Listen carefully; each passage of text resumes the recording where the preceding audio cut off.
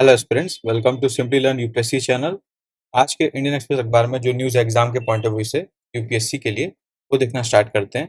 पहला आर्टिकल ये है कि रशिया का जो मून मिशन था, स्पेसक्राफ्ट जो था, मून क्राफ्ट जो रशिया का जा रहा था, लूना 25, वो क्रैश लैंडिंग हो गया। मतलब वो क्रैश हो गया, लैंड नहीं कर पाया प्रॉपरली। ऑब्वियसली जैसे चंद्रयान 2 इंडिया का हुआ था क्रैश लैंडिंग, वैसा ही कुछ हुआ, but obviously different phenomena, different problem और डिफरेंट कारण से ऐसा हुआ। इंडिया भी 23 तारीख को जो अपना चंद्रयान 3 के संग मून पे डिसेंट स्टार्ट करेगा, तो साउथ पोल पे मून के लैंड करने वाला पहला कंट्री इंडिया बन जाएगा। तो इंडिया के लिए अच्छा अपॉर्चुनिटी है। तो एग्जाम के लिए रिलेवेंट क्या है? ठीक है, एग्जाम में ऐसा प्रीलिम का स्टेटमेंट आ सकता है, तुक्के से लिख देगा कि लूनर साउथ पोल में कौन से कंट्री का मून मिशन सक्सेसफुल आज तक रहा है, कितनी कंट्रीज का। ठीक है, ऐसा लिख सकता है। तो ये आपको अवेयरनेस होना चाहिए, इंडिया फर्स्ट हो सकता है। तो इस तरीके से कंफर्म हो जाओगे कि इंडिया फर्स्ट हुआ कि नहीं हुआ। प्रीलिम्स के लिए रेलिवेंट बनता है। मेंस पे इन जनरल क्या, मून्स के प्रॉपर्टी के ऊपर, मून्स का एक्सप्लोरेशन के ऊपर हल्का एक स्टडी बन सकता है ज्योग्राफी के पॉइंट ऑफ व्यू से। एंड टेक में नहीं बन सकता। मून का इवोल्यूशन कैसे हुआ, मून में क्या-क्या हम लोग ने अभी तक स्टडी किया, क्या गेस किया मून कैसे बना है। फिर देखिए आता है एक्सप्लेन पेज में। एक्सप्लेन पेज में देखिए लूना 25 से क्रैश के ऊपर और मून लैंडिंग में डिफिकल्टीज के ऊपर एक आर्टिकल दिया है। मैं सजेस्ट करूंगा एटलीस्ट जितना मैंने हाईलाइट किया उतना डेफिनेटली आप लोग पढ़े और इसी को समझें, और प्लस ये डेटा भी जरूर याद रखें। इससे आपको पता चल जाएगा मून लैंडिंग की डिफिकल्टी क्या है। एग्जाम में कभी नहीं पूछेगा ये सवाल। ये आपके सिर्फ अंडरस्टैंडिंग के लिए, और प्रीलिम्स में कोई स्टेटमेंट आता है उसको आंसर करने के लिए। अभी यहाँ पे यूएस में जो हरिकेन आता है, आपको पता है कि यूएस में जो आता है ट्रॉपिकल साइक्लोन, उसको हरिकेन बोलते हैं। तो हरिकेन के ऊपर पूछा है कि कैलिफोर्निया साइड में हरिकेन 80 साल बाद आ रहा है, तो क्या सिग्निफिकेंस है, ये क्यों रेयर है, वो डिस्कस किया है। तो ज्योग्राफी के पॉइंट ऑफ व्यू से और वेदर फिनोमिना में ट्रॉपिकल साइक्लोन कैसे बनता है, क्या फैक्टर्स होते हैं, वो भी यहाँ डिस्कस किया गया है। तो वो चीज़ ध्यान रखते हुए ये आर्टिकल आपको पढ़ना है। ये टेलीग्राम ग्रुप में मैं ये पे शेयर करता हूँ हर बार की तरह, आज भी शेयर करूंगा आप लोग के रेफरेंस के लिए। जी मस्टर्ड जो है, आपको पता है इंडिया में जेनेटिकली इंजीनियर्ड या जेनेटिकली एडिटेड मस्टर्ड के ऊपर बात चल रहा है काफ़ी ज़्यादा। बीच में एक धारा बोल के एक मस्टर्ड का वैरायटी था जिसको हम लोग ने फील्ड टेस्टिंग के लिए या फिर एक्सपेरिमेंट करने के लिए फील्ड में अलाउ किया था।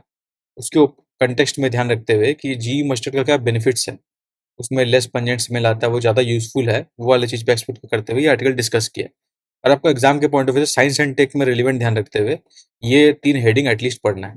इससे साइंस एंड टेक का सवाल आंसर हो जाएगा। इंपॉर्टेंस वाला पार्ट से आप इकोनॉमी में भी कुछ पार्ट इसका यूज़ कर सकते हो, और ऐसे में तो इसका डेफिनेटली यूज़ बनता ही है।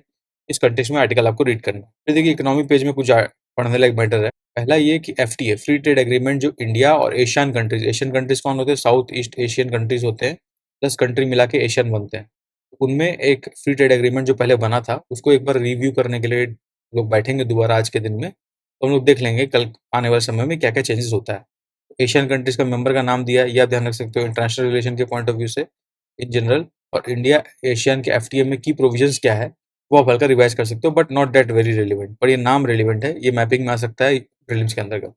फिर एफएमसीजी का सेल वॉल्यूम काफ़ी बढ़ गया है जून महीने में, उसके ऊपर डेटा दिया है। Not at all relevant for examination, but conclusion क्या निकाल सकते हो कि डिमांड जो है, रिकवरी ऑफ डिमांड दिख रहा है। सिंपल सा बात है। तो रिकवरी ऑफ डिमांड आपका पॉइंट बनता है, तो ये वाला एग्जाम्पल आप कोट कर सकते हो, डेटा कोट कर सकते हो।